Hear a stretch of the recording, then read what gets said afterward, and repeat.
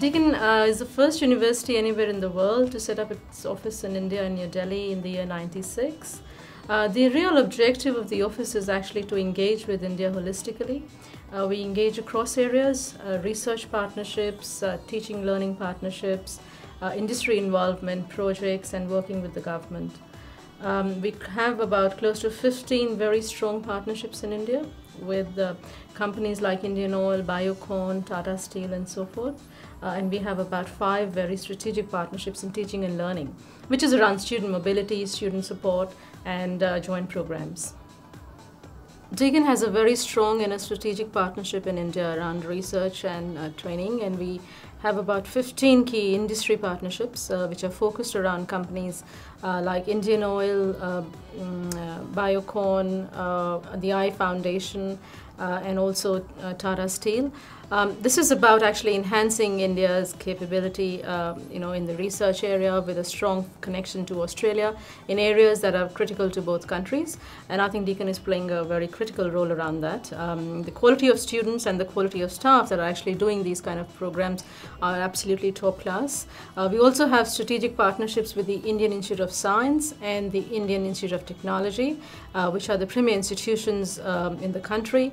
Again, we pick up the best quality students here, and they are co-supervised, and they also look at projects here and also look at internships. So the whole aspect of collaboration around research and partnerships is about a real outcome and on-the-ground benefit to both the countries.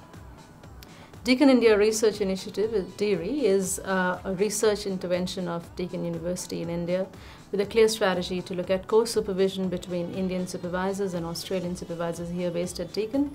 As of now, we have close to 40 Indian students who are enrolled at Deakin but based in India, looking at joint supervision PhD. It's a real focus story for us because this started about 4 years back, and it has been very successful in cementing a relationship between the academia and the research fraternity between the two countries.